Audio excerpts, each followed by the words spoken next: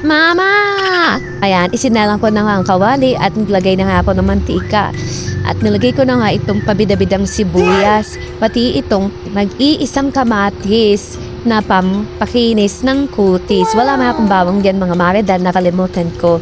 Ngayon, ito nakakita ako ng manok sa kapitbahay kaya tinirador ko. Ngayon ito, isasahog ko ngayon siya sa aking ginisang pupo na may kantong char. Binili ko yan doon sa may tindahan. Dalawa na lang yung picture na yan. Kaya swerte ko rin at nakabili ako. Nalita niya ako dito sa kawali kaya nilipat ko na nga itong manok. Dahil hindi ko nga sila mahalo mabuti. Tinakpan ko muna ito para ito ay lumambot at para na rin mabilis itong maluto. Kaya binuksan ko ulit, ayan, hinalo ko na at mukhang okay na ito. Ngayon, nilagay ko na nga itong carrots na maharot, char.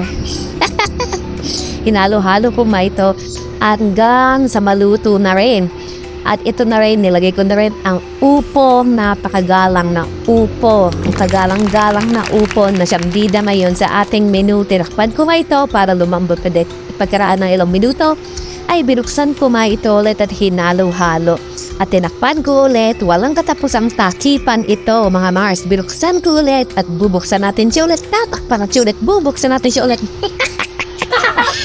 Ayan na, mukhang luto na rin ang ating upo. Ayoko rin kasi ito sobrang luto dahil hindi na masarap kainin. Gusto ko yung medyo malutong. Nilagyan ko na rin ito ng asin at inilagay ko na rin ang kanton. Habang nilalagay ko nga itong kanton, ay naisipan ko na damihan na rin ang sabaw dahil gawa ng marami nga kami dito sa bahay na kakain. At ito rin ay gusto ni Crystal kaya nilagyan ko pa ito ulit ng another na tubig.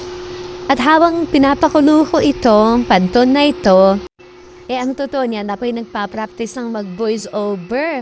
Parang bala ko na rin kasi gumawa ng mga ganitong video.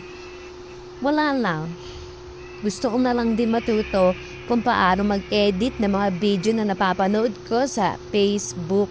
Ayan na nga, malapit na ang maluto itong ginisang upo na may kanton. Charan! Happy eating!